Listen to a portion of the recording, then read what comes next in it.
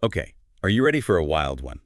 Today we're doing a deep dive into a story that's blowing up on Reddit. And it's got everything. Betrayal, love, and a whole lot of money. I know, right? It's so specific, but it also taps into those fears we all have about trust and vulnerability, especially, when it comes to the people we love. Totally. So there's this Reddit post where a guy, we'll just call him OP, is asking for advice. Because his girlfriend basically took all his money, like over $12,000. But here's where it gets messy. OP has a gambling problem, and he gave her access to his money, thinking, she would help him manage it responsibly. Yeah, that raises some really tough questions right away about how we define theft, especially in a relationship, right? It's this gray area, legally and emotionally, because he Yeah. gave consent, but was it really informed consent? Did they both understand the responsibility involved? And, to make things worse, when OP realized what was happening, he tried to talk to her. But she completely ghosted him, blocked him on everything. He even wrote in his post, "She completely screwed me over. Besides how screwed I am financially, I'm just completely heartbroken that she would do this to me. She's taken zero accountability." That feeling of betrayal he's describing is so intense, and it really shows how much financial infidelity can hurt, just like any other kind of infidelity. It's like this fundamental breach of trust. And the thing is, he was trying to do the right thing, right? Trying to, protect himself from his own bad habits by trusting someone he thought he could rely on. But that's actually what made him so vulnerable. Yeah, it's like this tragic irony, right? He was looking for safety and stability, but it backfired. It really shows how complicated things can get when you mix personal struggles, relationships, and money. It totally does. Yeah. So OP is freaking out, understandably, and turns to the internet for help. He posts on Reddit asking for advice, and the responses are wild, like legal advice, practical tips, and then some seriously out there comments. That's what I find so fascinating about online communities like Reddit. It's like a mini version of, all of human behavior. You see people trying to help, people making jokes, and then those who just want to be like armchair detectives. Yeah. And a lot of people told him to take legal action. But there's this catch. He mentioned that the police wouldn't get involved because he gave his girlfriend the money willingly. That's because there's this huge difference between criminal and civil law in cases like this. For a crime, you need really strong proof, like beyond a reasonable doubt. And because he gave the money willingly, it doesn't really fit that. So even though it feels wrong, it might not technically be a crime. Right. But that doesn't mean OP has no options. He could go for a civil lawsuit, probably in small claims court, saying there was a breach of contract or, fiduciary duty. In civil cases, you don't need as much proof.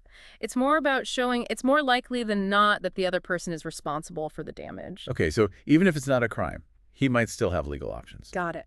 But what exactly is? Like fiduciary duty. Basically, it's when you put a lot of trust in someone to act in your best interest.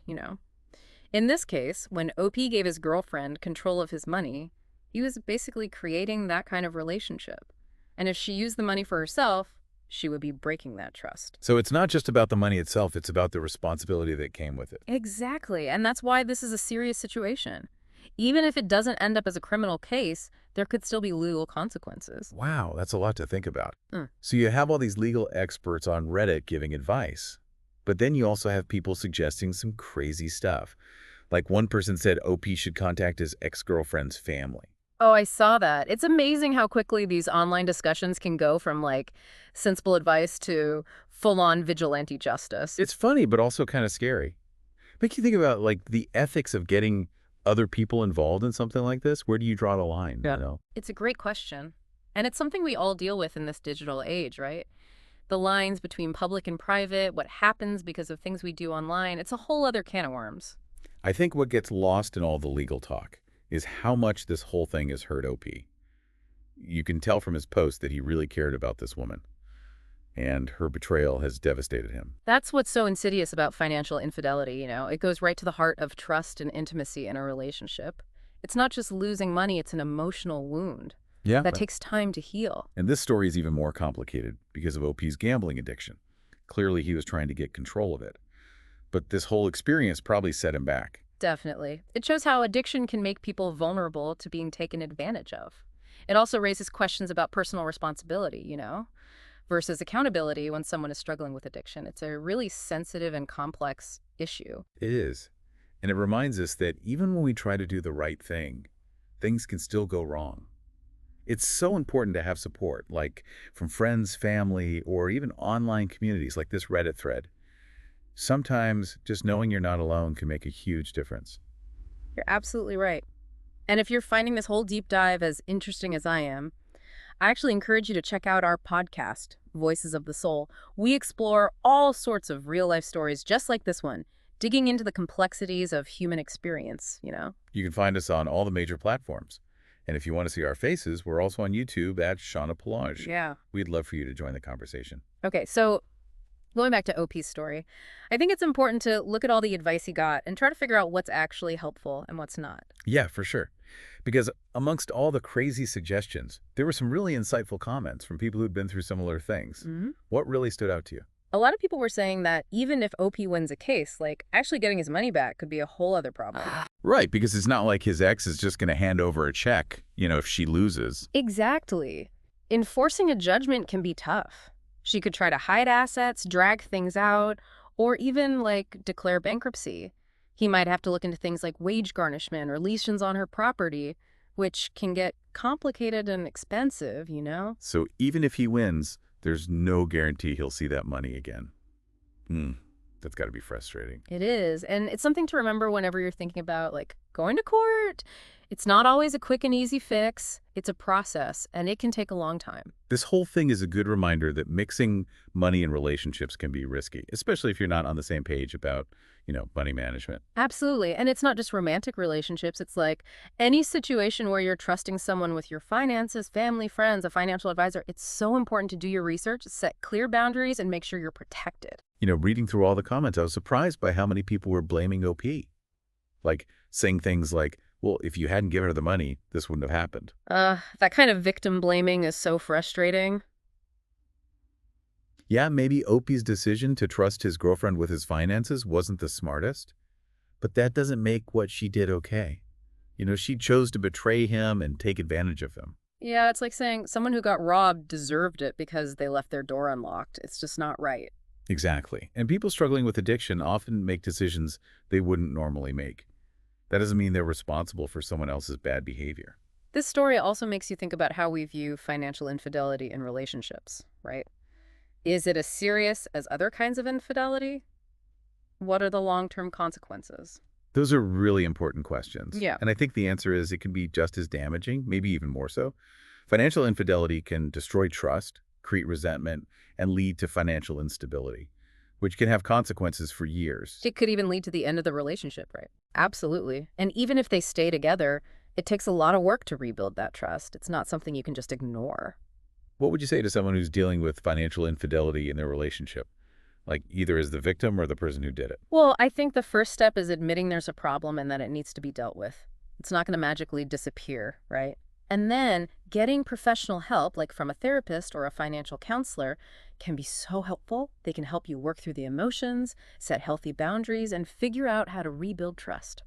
We've been talking a lot about the legal and financial stuff, but we should also remember the human side of things. OP is going through a lot right now. The betrayal, the financial loss, and his gambling addiction. It's a heavy load. Yeah. And it reminds us that we all have our own struggles, our own vulnerabilities. Sometimes we make choices we regret, and sometimes we get hurt by people we trust. Part of being human, right? It is, and stories like OP's remind us to be empathetic, compassionate, and understanding. We never really know what someone else is going through. So be kind, listen without judging, and offer support when you can. And if you're feeling like you relate to OP, remember, you're not alone. There are resources out there to help. Whether you need to deal with a gambling problem, financial infidelity, or just talk to someone who gets it. Yeah, for sure. And if you're enjoying this deep dive and want to hear more stories like this, I encourage you to check out our podcast, Voices of the Soul. Yeah, you can find us on all the major podcast platforms and on YouTube at Shauna Pelage. We're all about sharing stories that matter. And we believe that having these open and honest conversations can make the world a more connected and empathetic place. So before we wrap up this part of the deep dive, I want to go back to something you said about those comments on OP's post. Some were great, but some were way off. Oh, totally. Some of those suggestions were so wild I couldn't tell if they were serious or joking. It's interesting how humor can be a way to cope in tough situations. Like finding something funny in a dark situation, Yeah, like they say, if you don't laugh, you'll cry. Right. Exactly. But sometimes humor can also be a way to, like, downplay how serious something is. And in this case, I think some of the comments went too far, you know? They were making light of something that was clearly hurting OP. That's a good point. It's like a reminder that even when we're trying to help or be supportive, we need to be sensitive to how the other person is feeling. Definitely. It's something we should all try to do, both online and offline. Be mindful of our words and how they affect others. So we've talked about the legal stuff, the emotional impact, and the craziness of Reddit advice. What do you think is the most important thing for our listeners to take away from OP's story? That's a tough one. I think there are a few important takeaways. First, financial infidelity is serious, and we can't ignore it. It can have huge consequences for people and relationships. Yeah, for sure. It's not just about the money, it's about that broken trust and the emotional damage it leaves behind. Exactly. And second, OP's story shows how important it is to have healthy boundaries, especially when it comes to money. Whether it's with a partner, family, or friends, be clear about your expectations and protect yourself. It's so true. It's great to trust people, but be smart and protect yourself too. And lastly, Oki's story reminds us that everyone makes mistakes, and that's okay. It's about learning from them and asking for help when you need it. There's no shame in reaching out for support, whether it's from loved ones or a professional. I love that. We all need help sometimes, and there are resources out there to help us through tough times. Exactly. And if you're relating to OP's story, or just want to learn more about financial infidelity, relationships, or human behavior in general, check out our podcast, Voices of the Soul. You can find us on all the major platforms, and we're also on YouTube at Shauna Palaj. We love sharing stories that matter. And we believe that by having open and honest conversations, we can create a more connected and empathetic world. Now, before we go to the last part of this deep dive, there's one more thing about OP's story that really got me thinking. You know what really struck me? It's like this whole situation kind of brings up these bigger questions about, like, societal values and money and trust. It's almost like this story is a tiny version of what's happening in the world, you know? Yeah, I see what you mean. Right. We live in this culture that's all about, like, winning and getting ahead. Yeah. And that can lead to people taking advantage of each other and not trusting each other. So you see it everywhere, right? From big companies to even, like, politicians. Totally. And it feels like financial infidelity is happening more and more these days, especially Yeah. with all the online banking and payment apps, you know. It's so easy to move money around now. It's almost like it's easier to keep secrets from your partner. Yeah, that's true. Technology has definitely made it easier. But I think there's more to it than that, right? Like, we're living in a time where the gap between rich and poor is huge. And a lot of people are struggling to make ends meet. That can put a lot of pressure on relationships. Absolutely. Like, when you're stressed about money, it's tempting to, like, cut corners, even if it means betraying someone you love, you know? Right. It's like financial stress can make those little problems in a relationship way worse. It becomes harder to make good decisions and think about what's best for both of you. Exactly. And we've got to remember that financial infidelity isn't always about being greedy or mean.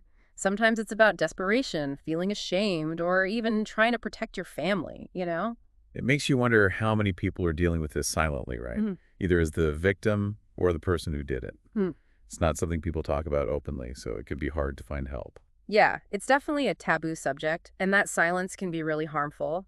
It lets the problem get bigger and stops people from getting the support they need. So how do we break the silence? How do we start talking about financial infidelity more openly? I think it starts with education, you know? We need to talk about it more openly, everywhere, like in schools, with our families, on TV, everywhere. We need to teach people what the warning signs are, how important it is to be honest about money and relationships, and where to get help if they need it. I love that. It's not just about teaching people. It's also about creating an environment where they feel safe and supported, right? So people know they're not alone, there's no shame in getting help, and that things can get better. Exactly. And stories like OP's are so important. They show that financial infidelity can happen to anyone. And they show how powerful it is to be resilient, to forgive, and to give second chances. That's a perfect way to put it. OP's story is like a reminder that even when things are really tough, there's always hope for healing and growth. It's like proof that we humans can overcome challenges and find meaning, even when things are really hard, you know?